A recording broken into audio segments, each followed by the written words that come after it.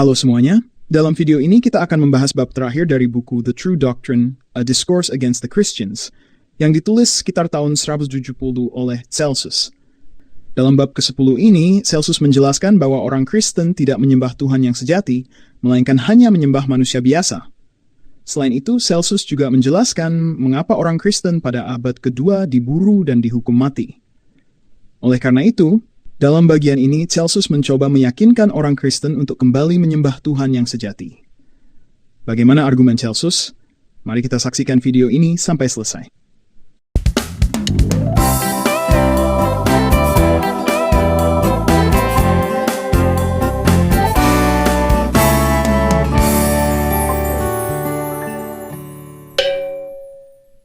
Apa yang telah saya katakan tentang hal ini dapat menjadi contoh sebagian untuk keseluruhan jenis gagasan yang diputarbalikkan oleh orang-orang Kristen. Namun, kecuali jika diasumsikan bahwa ini adalah satu-satunya kasus, saya jamin bahwa siapapun yang ingin mencoba akan menemukan banyak contoh lain dari penyimpangan mereka terhadap kebenaran. Mereka mengatakan bahwa mereka membenci altar dan patung. Begitu juga dengan bangsa Skit, begitu juga dengan para pengembara di Libya. Begitu juga dengan bangsa Seres, yang sama sekali tidak percaya pada dewa, dan begitu juga banyak orang di mana saja yang tidak peduli dengan apa yang benar. Herodotos memberitahu kita bahwa bangsa Persia memiliki pandangan yang sama. Bangsa Persia, tulisnya, tidak menganggap sah untuk mendirikan altar, patung, dan kuil, dan mereka menganggap orang-orang yang mendirikannya adalah bodoh. Pandangan mereka ini tampaknya berasal dari fakta bahwa mereka tidak menganggap para dewa memiliki sifat yang mirip dengan manusia, sebagaimana anggapan orang-orang Yunani. Herakleitus menguatkan hal ini ketika ia menulis, mereka berdoa kepada patung-patung seperti seseorang bercakap-cakap dengan sebuah rumah, tanpa memahami hakikat para dewa dan pahlawan. Herakleitus, yang tak ada yang lebih bijak darinya, secara tersirat mengatakan bahwa adalah hal yang konyol berdoa kepada patung-patung jika seseorang tidak memahami hakikat para dewa dan pahlawan. Lebih jauh lagi, Herakleitus dapat dipahami maksudnya bahwa sebuah patung dari batu, kayu, perunggu, atau emas yang dibuat oleh seorang pengrajin tidak bisa menjadi seorang dewa, sehingga praktik berdoa kepadanya adalah sesuatu yang menggelikan. Maksud saya, hanya seorang anak kecil yang berpikir bahwa benda-benda adalah dewa, dan bukan representasi dari dewa-dewa. Namun, jika mereka berpendapat bahwa kita tidak seharusnya menyembah patung sebagai sesuatu yang ilahi, karena dewa memiliki bentuk yang berbeda, seperti yang tampaknya dipercaya oleh bangsa Persia, maka orang-orang Kristen menyangkal diri mereka sendiri. Mereka mengajarkan bukan bahwa dewa menciptakan manusia menurut gambarnya sendiri, dan dengan demikian bentuk manusia serupa dengan bentuknya. Jadi apa masuk akalnya penolakan mereka? Jika mereka sepakat bahwa patung-patung dan persembahan ditujukan untuk menghormati makhluk tertentu, apakah patung itu menyerupai makhluk tersebut dalam bentuk atau tidak? Mengapa mereka bersikukuh bahwa makhluk yang menjadi tujuan penghormatan tersebut bukanlah dewa, melainkan iblis? Dan kemudian menyimpulkan bahwa penyembahan patung adalah penyembahan iblis dan tidak dapat ditoleransi oleh para penyembah dewa. Apapun hasil dari perdebatan mengenai bentuk dewa dan pentingnya gambar, orang Kristen adalah pihak yang kalah, karena mereka tidak menyembah dewa atau bahkan iblis, melainkan seorang pria yang sudah mati. Selain itu, mengapa kita tidak boleh menyembah para dewa? Maksud saya, jika diterima bahwa seluruh alam, semua yang ada di dunia beroperasi sesuai dengan kehendak dewa, dan tidak ada yang berfungsi bertentangan dengan tujuannya, maka hal itu juga harus diterima bahwa malaikat, iblis, pahlawan, semua yang ada di alam semesta, tergantung pada kehendak dewa yang besar yang memerintah atas segalanya. Di atas setiap bidang ada makhluk yang diberi tugas untuk memerintah dan layak untuk memiliki kekuasaan, setidaknya kekuasaan yang diberikan untuk melaksanakan tugasnya. Dengan demikian, adalah tepat bagi setiap orang yang menyembah dewa untuk juga menghormati makhluk yang menjalankan tanggung jawabnya sesuai dengan kehendak dewa. Karena makhluk itu pasti telah diberikan izin untuk melakukan apa yang dilakukannya oleh dewa. Yesus Anda berkata, tidak mungkin bagi seorang pria untuk melayani banyak tuan. Dan dengan demikian membuatnya tampak seolah-olah ada makhluk yang mengendalikan, terlepas dari kehendak dewa. Tetapi makhluk seperti itu sama sekali tidak akan menjadi dewa yang besar, melainkan kekuatan yang lebih rendah. Pemikiran bahwa seseorang tidak bisa melayani banyak tuan adalah hal yang bisa diharapkan dari kaum Kristen. Sebuah posisi yang aneh, tetapi mungkin dapat diprediksi dari suatu bangsa yang telah memisahkan diri dari peradaban lainnya. Dengan mengatakan demikian, mereka sebenarnya sedang menurunkan perasaan mereka sendiri kepada dewa. Karena dalam kehidupan biasa, seorang pria yang melayani satu tuan tidak bisa benar-benar melayani yang kedua. Karena tuan pertama mungkin akan dirugikan oleh kesetiaan pria itu kepada yang kedua. Seorang pria yang berkomitmen pada satu tuan tidak bisa berjanji pada yang kedua, karena dengan melakukannya, ia akan merugikan yang pertama. Mungkin juga cukup masuk akal, mereka akan berkata, untuk tidak melayani pahlawan atau iblis yang berbeda pada saat yang sama. Tetapi dewa bukanlah manusia, sehingga ia harus dibicarakan sebagai tuan. Kerugian, kebutuhan, dan kesedihan tidak relevan di hadapan dewa. Dia tidak terpengaruh oleh cedera, kesedihan, dan kebutuhan. Oleh karena itu, tidak bisa dianggap irasional untuk menyembah beberapa dewa. Dan orang yang melakukannya akan secara alami menyembah beberapa dewa yang berasal dari dewa yang terbesar, dan akan dikasihi karenanya. Seorang pria yang menghormati apa yang menjadi milik dewa tidak akan menyinggung dewa, karena semua miliknya. Sekarang, jika orang Kristen hanya menyembah satu dewa, mereka mungkin memiliki alasan yang mendukung pandangan mereka. Namun kenyataannya, mereka menyembah seorang pria yang baru muncul belakangan ini. Mereka tidak menganggap apa yang mereka lakukan sebagai pelanggaran terhadap monoteisme. Sebaliknya, mereka menganggapnya konsisten untuk menyembah dewa yang besar dan menyembah hambanya sebagai dewa. Dan penyembahan mereka terhadap Yesus ini semakin mencengangkan, karena mereka menolak untuk mendengarkan pembicaraan apapun tentang dewa, Bapa dari segala sesuatu, kecuali jika itu melibatkan referensi kepada Yesus. Katakan kepada mereka bahwa Yesus, penggagas pemberontakan Kristen, bukanlah anaknya, dan mereka tidak akan mendengarkan Anda. Dan ketika mereka menyebutnya anak dewa, mereka sebenarnya tidak memberikan penghormatan kepada dewa, melainkan mereka berusaha untuk meninggikan Yesus ke tempat yang tinggi. Untuk membuktikan maksud saya mengutip dari kitab mereka sendiri. Dalam salah satu dialog ilahi, mereka mengatakan hal berikut, jika anak dewa lebih kuat dan anak manusia adalah Tuhannya, dan siapa yang akan mengalahkan dewa yang maha kuasa, maka bagaimana bisa begitu banyak orang melihat sumur itu tetapi tidak meminumnya? Mengapa setelah mencapai akhir perjalanan Anda takut? Anda salah, karena saya memiliki keberanian dan pedang. Dengan demikian, objek mereka bukan untuk menyembah dewa yang maha kuasa, melainkan yang mereka klaim sebagai Bapa dari Yesus, simbol kultus dari masyarakat kecil mereka. Mereka hanya menyembah anak manusia ini, dengan dalih bahwa dia sebenarnya adalah dewa besar. Dan mereka berkata lebih lanjut bahwa dia lebih kuat daripada tuan dari dewa yang maha kuasa. Dari sinilah mereka mengambil pemikiran untuk tidak melayani dua tuan, berusaha untuk memastikan bahwa Yesus akan dipertahankan sebagai dewa dan tuan dari kultus, tanpa tandingan dari yang lain. Orang Kristen dengan demikian menghindari mendirikan altar dan gambar. Berpikir bahwa dengan melakukan itu, mereka sedang menjaga kerahasiaan dan ketertutupan dari kelompok kecil mereka. Mereka berpikir bahwa dengan menghindari hal-hal yang dipersembahkan kepada para dewa, mereka sedang menjaga kesucian mereka. Namun, berpikir seperti itu berarti merendahkan ide tentang dewa itu sendiri, yang bukan milik orang Kristen, tetapi milik semua manusia, dan yang, karena dia sepenuhnya baik, tidak membutuhkan pengorbanan apapun, seperti yang dikatakan Plato di suatu tempat. Dewa seperti itu tidak cemburu terhadap pengabdian orang tertentu. Kebutuhan adalah hal yang asing bagi sifatnya, dan penghormatan yang diberikan orang kepadanya berkaitan dengan semangat mereka, bukan dengan tuntutannya. Dipahami dengan cara ini, tidak ada yang menghalangi orang Kristen ini untuk berpartisipasi dalam festival umum dalam semangat interaksi sosial dan sebagai tanda kesetiaan mereka kepada negara.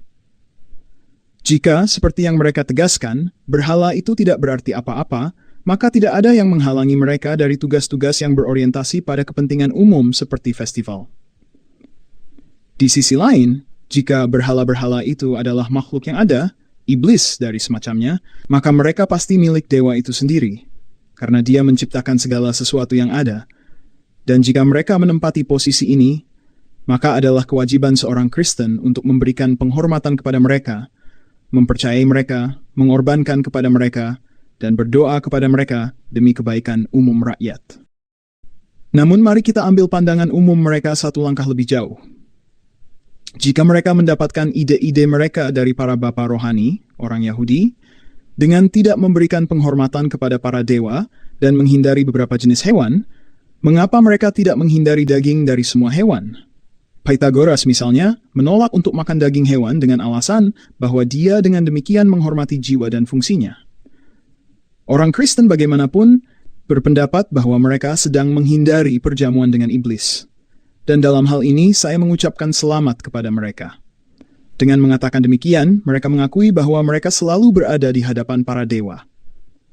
Maksud saya, tentu saja bahwa meskipun mereka menghindari pengorbanan, mereka tetap bernafas, makan, minum air dan anggur, dan dengan demikian tidak menghindari para dewa yang bertanggung jawab atas masing-masing aktivitas ini. Jadi, mereka terjebak dalam inkonsistensi logika mereka sendiri. Apakah seseorang tidak seharusnya hidup sama sekali? Atau jika telah dilahirkan untuk hidup di bumi ini, kita seharusnya bersyukur kepada para dewa yang mengendalikan hal-hal duniawi, memberikan mereka hasil pertama dan doa-doa agar mereka berteman dengan kita selama kita hidup. Orang-orang Yunani yang paling bijaksana telah mengatakan bahwa bahkan jiwa manusia diberikan kepada para dewa sejak kelahirannya. Dengan demikian, bahkan kita dalam beberapa hal berada di bawah kendali mereka. Dan akan lebih baik jika kita tidak meremehkan mereka, tetapi sebaliknya melakukan apa yang kita bisa untuk memohon belas kasihan mereka, satrap atau pejabat bawahan. Belum lagi prokurator yang mewakili Raja Persia atau Kaisar Romawi. Bahkan, mereka yang memegang jabatan lebih rendah pun bisa membuat segalanya sangat tidak nyaman bagi siapapun jika mereka diremehkan, seperti orang Kristen meremehkan para dewa. Dan seseorang tidak boleh berharap satrap dan letnan dari bumi dan udara akan melihat dengan baik penghinaan dari sekte baru ini. Namun, tentu saja mereka berpikir sebaliknya. Mereka menganggap bahwa dengan menyebut nama guru mereka, mereka terlindung dari kekuatan bumi dan udara, dan bahwa dewa mereka akan mengirimkan pasukan untuk melindungi mereka.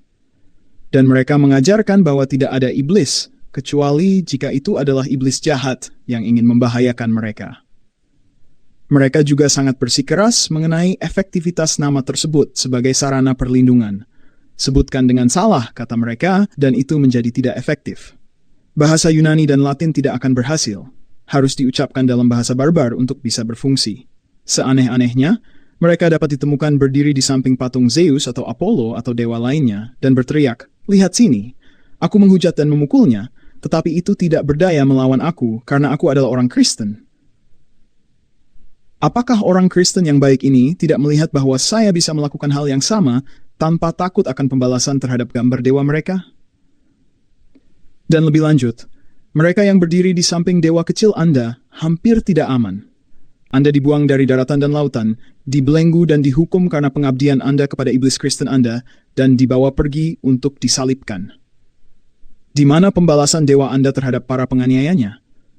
Perlindungan memang. Anda mengejek gambar-gambar dewa. Saya ragu Anda akan begitu berani jika harus berhadapan langsung dengan Herakles atau Dionysus sendiri. Tetapi itu bukanlah inti dari poin saya. Saya ingin menarik perhatian Anda pada fakta yang sudah terkenal bahwa orang-orang yang menyiksa dewa Anda secara pribadi tidak menderita apapun sebagai balasannya. Tidak pada saat itu, maupun selama mereka hidup. Dan apa perkembangan baru yang terjadi sejak cerita Anda terbukti salah? Sesuatu yang akan mendorong seseorang untuk berpikir bahwa pria ini bukanlah seorang penyihir, tetapi anak dewa? Apa yang harus kita pikirkan tentang dewa yang begitu lalai sehingga dia tidak hanya membiarkan anaknya menderita kematian yang kejam seperti yang dialami Yesus ini, tetapi juga membiarkan pesan yang dia dikirim untuk disampaikan pun punah bersamanya? Sudah lama sekali sejak saat itu dan tidak ada yang berubah. Apakah ada ayah manusia yang begitu kejam seperti dewa Anda? Anda menjawab, ini adalah kehendak dewa agar segala sesuatu terjadi seperti yang terjadi. Dan ini adalah, seperti yang saya katakan, jawaban Anda untuk segala hal. Dia merendahkan diri karena itu adalah kehendaknya untuk direndahkan. Saya akan sangat lalai jika saya tidak menyarankan bahwa para dewa yang Anda hujat mungkin akan mengatakan itu adalah kehendak mereka. Dan penalaran yang lebih baik akan muncul dari episode ini jika saya melakukannya.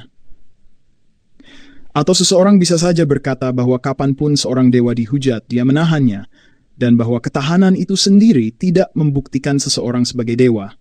Seseorang menahan situasi yang tidak bisa diubah sebanyak karena kebutuhan sebagaimana oleh pilihan. Siapa yang bisa mengatakan bahwa kebutuhan tidak perlu dipertimbangkan dalam kasus Yesus? Ketika seseorang mempertimbangkan hal-hal ini secara objektif, jelas bahwa para dewa lama jauh lebih efektif dalam menghukum para penghujat daripada dewa orang Kristen, dan mereka yang menghujat dewa-dewa tersebut biasanya tertangkap dan dihukum. Seberapa efektifkah dewa Kristen dalam hal ini? Tentu saja orang Kristen tidak sendirian dalam mengklaim inspirasi untuk ucapan-ucapan yang mereka atribusikan kepada dewa mereka melalui nabi-nabi mereka. Saya tidak perlu menyebutkan setiap kasus nubuat yang dikatakan terjadi di antara bangsa kita sendiri, baik nabi maupun nabi perempuan, baik pria maupun wanita, yang mengklaim memiliki kekuatan untuk berbicara dengan wahyu dan ucapan yang diinspirasikan. Bagaimana dengan mereka yang mengklaim memiliki kekuatan untuk membedakan kebenaran, menggunakan korban, dan pengorbanan dari berbagai jenis, dan mereka yang mengatakan bahwa mereka memiliki pengetahuan tentang tanda-tanda atau karunia tertentu yang diberikan kepada mereka oleh kekuatan yang ada? Hidup penuh dengan klaim-klaim seperti itu. Kota-kota telah dibangun karena seorang nabi berkata, "Bangunlah." Penyakit dan kelaparan telah diatasi dalam nubuat mereka, dan mereka yang mengabaikan nasihat-nasihat mereka seringkali melakukannya dengan resiko besar. Para nabi telah meramalkan bencana dengan cukup akurat. Para kolonis telah memperhatikan peringatan mereka sebelum pergi ke negeri asing, dan mereka mendapat hasil yang lebih baik karenanya. Bukan hanya orang biasa, tetapi penguasa pun telah memperhatikan apa yang mereka katakan. Mereka yang tidak memiliki anak telah mendapatkan keinginan hati mereka dan telah terhindar dari kutukan kesendirian, karena nabi-nabi telah membantu mereka. Penyakit telah disembuhkan. Di sisi lain, berapa banyak yang telah menghina kuil dan tertangkap. Beberapa telah diliputi kegilaan segera setelah mereka menghujat. Yang lain telah mengaku kesalahan mereka. Yang lain telah tergerak untuk bunuh diri. Yang lain dihukum dengan penyakit yang tak tersembuhkan. Beberapa telah dihancurkan oleh suara yang datang dari dalam kuil itu sendiri. Apakah kejadian-kejadian khas ini hanya milik orang Kristen? Dan jika demikian, bagaimana mereka unik? Ataukah milik kita harus dianggap mitos dan yang mereka percayai?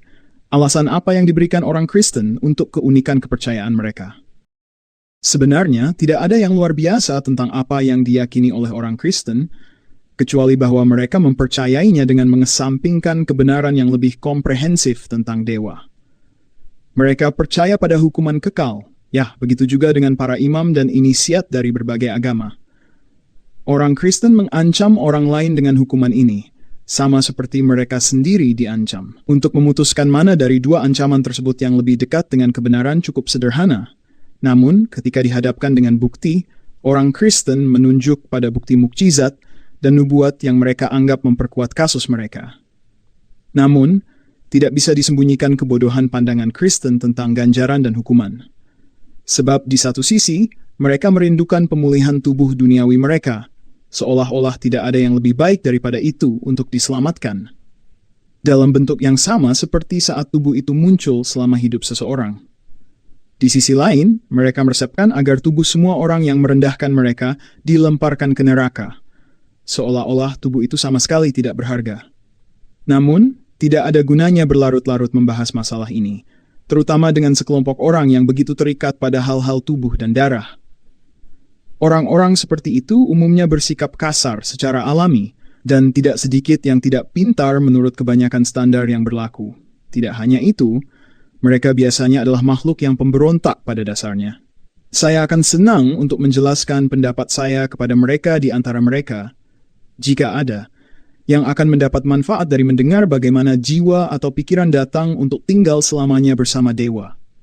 Apapun yang ingin mereka sebut ini jiwa atau roh intelektual, jiwa yang hidup, atau produk superrasional dan tak tereduksi dari alam ilahi dan tak berbadan. Mungkin cukup untuk mengatakan bahwa siapapun yang menjalani hidup yang baik akan bahagia di akhirat. Dan dalam hal ini bahkan orang Kristen harus setuju. Mereka yang jahat akan dihukum dengan ketidakbahagiaan selamanya. Namun, ajaran ini bukanlah ajaran asal mereka. Itu adalah ajaran yang mereka terima melalui turunan, dan itu adalah ajaran yang baik bagi mereka maupun bagi siapapun yang tidak ingin ditinggalkan. Manusia dilahirkan dalam bentuk tubuh. Mereka terikat pada tubuh tersebut. Mereka dibebani oleh hasrat dan kebutuhan dunia dan sedang membayar hukuman atas dosa-dosa mereka. Sampai jiwa mereka disucikan melalui tahapan-tahapan berturut-turut. Seperti yang diajarkan oleh Empedokles, jiwa itu harus mengembara jauh dari yang diberkati selama 30.000 tahun menjadi setiap makhluk fana yang mungkin. Jiwa dijaga di sini dan sekarang oleh penjaga penjara duniawi kita. Ini adalah sifat dari eksistensi fana kita. Kita diberikan kepada penjaga gerbang untuk tujuan yang ditentukan oleh dewa. Penjaga gerbang menjalankan tugas mereka sesuai dengan kehendak dewa. Oleh karena itu, tidak masuk akal bagi orang Kristen untuk mencaci pejabat, para iblis yang bertugas menjaga penjara kita. Mereka menawarkan tubuh mereka untuk disiksa dan dibunuh tanpa tujuan, ketika mereka berpikir bahwa dengan demikian mereka menentang iblis dan menuju hadiah kekal mereka. Mereka telah membawa prinsip yang pertama kali kami hormati ini ke tingkat yang ekstrem, yaitu bahwa tidak ada gunanya bagi siapapun pada akhirnya untuk mencintai hidup secara berlebihan, tetapi membenci hidup sama jahatnya. Orang Kristen tidak menderita karena sebuah prinsip, tetapi karena mereka melanggar hukum. Mereka bukan martir, melainkan perampok. Alasan mengharuskan salah satu dari dua hal. Jika mereka tetap menolak untuk menyembah berbagai dewa yang mengawasi aktivitas kehidupan sehari-hari, maka mereka seharusnya tidak diizinkan untuk hidup sampai usia yang dapat menikah. Mereka tidak boleh menikah, memiliki anak, atau melakukan hal lain yang diawasi oleh dewa. Jika mereka akan menikah, memiliki anak, dan menjalani hidup dengan baik, menerima yang buruk bersama yang baik seperti yang harus dijalani oleh semua orang, maka mereka seharusnya berdoa kepada makhluk-makhluk yang telah membuat hidup ini mungkin bagi mereka. Mereka harus memberikan pengorbanan yang tepat dan mengucapkan doa yang benar sampai saat mereka bebas dari keterikatan duniawi mereka, dan berusaha untuk menyenangkan makhluk-makhluk yang mengendalikan semua bidang aktivitas manusia. Sebaiknya tidak tahu berterima kasih untuk menggunakan tempat tinggal seseorang tanpa membayar sewa, seperti yang dilakukan orang Kristen terhadap bumi. Bahwa hidup berada di bawah kendali dewa, seseorang bisa melihatnya dari tulisan-tulisan orang Mesir. Mereka mengatakan bahwa tubuh seorang pria berada di bawah kekuasaan 36 iblis, atau dewa dalam beberapa bentuk, yang membagi tubuh tersebut di antara mereka, satu untuk setiap bagian tubuh. Iblis-iblis ini dikenal dengan berbagai nama: Numen, Nachumen, Nat, Sikat, Ero, Erebio, Ramanor, Rheanor, dan semua nama lain yang mereka gunakan dalam bahasa mereka. Dengan memanggil nama-nama ini, mereka menyembuhkan bagian tubuh yang sesuai. Bagaimanapun juga, apa yang menghalangi seseorang untuk memberi penghormatan kepada mereka dan kepada dewa-dewa lainnya, jika dia memilih demikian agar setidaknya seseorang bisa sehat dan tidak sakit, memiliki keberuntungan baik daripada buruk, dan diselamatkan dari segala macam kesialan. Sebaliknya, orang Kristen membuat klaim yang konyol untuk diri mereka sendiri. Atas nama Yesus, setiap lutut di surga dan di bumi, dan yang di bawah bumi, dan setiap lidah mengaku Yesus adalah Tuhan. Namun, saya tidak sedang membelah pemanggilan iblis. Saya hanya mencoba menunjukkan bahwa orang Kristen melakukan hal yang sama seperti yang dilakukan orang Mesir dalam menghafal nama 36 iblis yang berbeda. Hanya saja mereka memilih untuk memanggil satu saja. Seseorang harus berhati-hati dalam mempercayai hal-hal seperti ini agar tidak terlalu terfokus pada penyembuhan dan jatuh ke dalam takhayul yang terkait dengan seni magis, sehingga mengalihkan perhatian dari hal-hal yang lebih tinggi, objek refleksi yang tepat. Beberapa skeptis mengatakan, dan mungkin kita harus mempercayai mereka, bahwa iblis adalah bagian dari hal-hal yang diciptakan oleh dewa dan terikat pada darah dan persembahan bakaran serta pesona magis, dan sebagainya. Penyembuhan dan meramalkan masa depan adalah bidang mereka, tetapi pengetahuan dan aktivitas mereka hanya berkaitan dengan kegiatan fana. Dengan demikian, adalah bijaksana untuk mengakui iblis secara formal hanya ketika akal sehat mengharuskannya, dan akal sehat mungkin tidak mengharuskan kita untuk melakukannya dalam setiap kasus. Mungkin lebih baik berpikir bahwa iblis tidak membutuhkan apa-apa, tidak menginginkan apa-apa, tidak menuntut apa-apa. Mereka mungkin senang dengan tanda pengakuan kecil dari kita, tetapi Apa yang seharusnya benar-benar mengisi pikiran kita, siang dan malam, adalah kebaikan, secara publik dan pribadi, dalam setiap kata dan perbuatan, serta dalam keheningan refleksi, kita seharusnya mengarahkan diri kita untuk merenungkan kebaikan. Selama dewa adalah subjek dari pikiran kita, devosi kecil yang kita lakukan demi kekuasaan dunia ini, bukan hanya iblis, tetapi juga penguasa dan pangeran yang memegang kekuasaan sesuai dengan rencana para dewa. Tentu tidak ada yang mengerikan. Sebenarnya adalah kebodohan bagi orang Kristen untuk menolak tugas keagamaan mereka, terburu-buru untuk menyinggung kaisar dan gubernur, serta mengundang amarah mereka. Mencintai kaisar dan melayani dewa adalah tugas yang saling melengkapi. Jika seseorang menyembah dewa, dia tidak akan terpengaruh oleh mereka yang memerintahnya untuk mengucapkan kata-kata penghujatan atau berbisik tentang hal-hal yang subversif mengenai pihak berwenang. Seseorang lebih memilih mati daripada mengucapkan atau memikirkan hal-hal yang tidak suci tentang dewa. Seseorang tetap teguh. Tetapi dengan logika ini, bukankah penolakan orang Kristen terhadap para dewa adalah penghujatan, bahkan terhadap dewa yang mereka klaim sembah? Karena jika kita diperintahkan untuk menyembah dewa besar Helios atau untuk berkata baik tentang Athena, maka dalam melakukannya kita juga menyembah dewa. Jadi, dengan menyanyikan pujian untuk Mitra atau Athena, orang Kristen setidaknya tidak akan terlihat seperti ateis, tetapi akan terlihat sebagai orang yang percaya kepada dewa yang besar. Penyembahan kepada dewa justru dimuliakan dalam penyembahan kepada para dewa. Begitu juga, jika seseorang berkata kepada seorang Kristen, "Ini saya perintahkan kamu bersumpah demi kaisar," itu bukanlah sesuatu yang perlu ditakuti. Kamu bersumpah demi orang yang kepadanya semua kekuasaan duniawi diberikan. Apa yang kamu terima dalam hidup, kamu terima darinya. Dan itulah yang dimaksud dengan menjadi seorang dewa.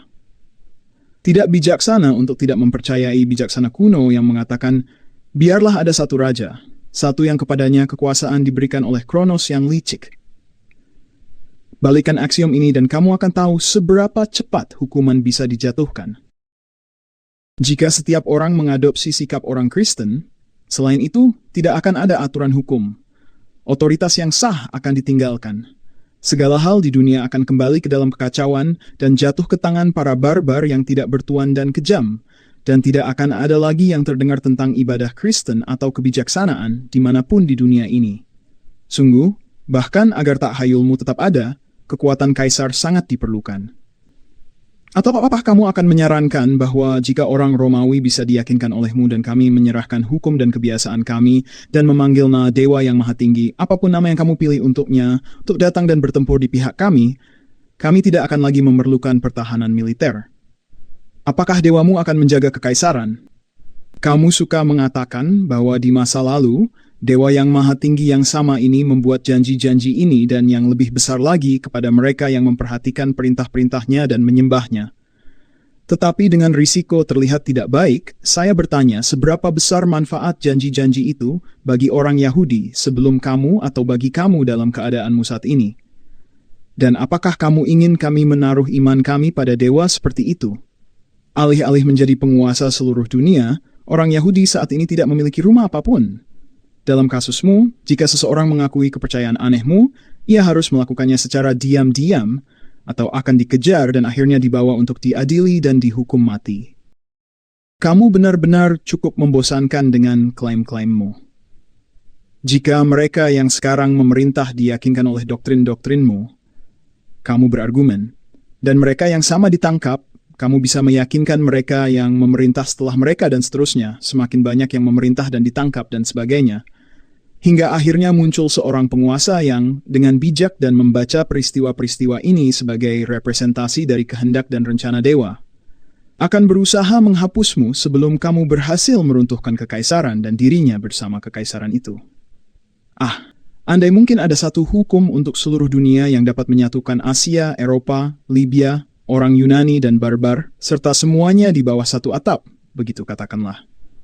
Tetapi menginginkan ini sama saja dengan menginginkan tidak ada apa-apa.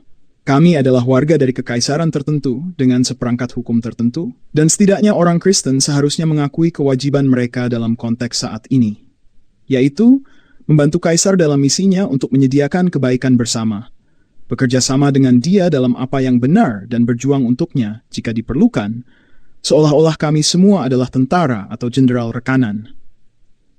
Inilah yang dilakukan oleh seorang pria baik. Dia menerima jabatan publik demi pelestarian hukum dan agama, jika memang diperlukan untuk dia melakukannya. Dia tidak lari dari tugas publik. Dia tidak mencemari hukum yang telah ditentukan, dengan asumsi bahwa jika semua orang melakukannya, maka tidak akan mungkin hukum berfungsi sama sekali. Demikianlah ajaran-ajaran orang Kristen. Sekarang saya harus menyusun risalah lain untuk keuntungan mereka yang bersedia dan mampu mempercayai apa yang telah saya katakan di sini, dan untuk mengajarkan mereka bagaimana menjalani hidup yang baik. Baiklah, itulah bab terakhir dari buku The True Doctrine, A Discourse Against the Christians, yang ditulis sekitar tahun 120 oleh Celsus. Jika Anda belum menonton bab-bab sebelumnya, dari bab 1 hingga bab 9, silakan cari di playlist kritik historis di channel Tanpa Ragi ini. Menurut saya, buku ini sangat menarik karena kita bisa melihat apa yang dipercayai orang Yunani pada abad kedua dan bagaimana pandangan mereka terhadap orang Kristen. Selain itu, saya juga bisa melihat beberapa kesamaan dalam keberatan orang Yunani yang diwakili oleh Celsus dengan pandangan kaum heretik Kristen dari Arabia pada abad ke-7. Nah, apakah Anda merasa yakin dengan argumen Celsus untuk meninggalkan kekristenan? Jika iya, tuliskan alasannya. Jika tidak, juga tuliskan alasannya di kolom komentar di bawah video ini ya. Itu saja untuk video ini. Yesus Kristus memberkati Anda.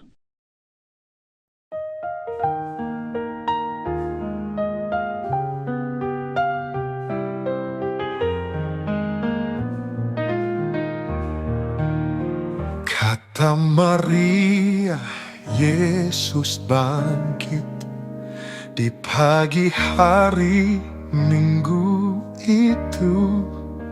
Maut telah dikalahkannya, kubur kosong jadi bukti. Kata murid, Yesus bangkit pada hari yang ketiga, memperlihatkan dirinya, makan dan minum bersama. Aku tidak percaya, belum kulihat sendiri, dan mencucukkan jariku pada tangan dan lambungnya. Di hari itu Yesus datang, 8 hari kemudian, berdiri di dalam ruangan, buktikan bekas lukanya. Sekarang aku percaya, telah kulihat sendiri, dan mencucukkan jariku pada tangan dan lambungnya.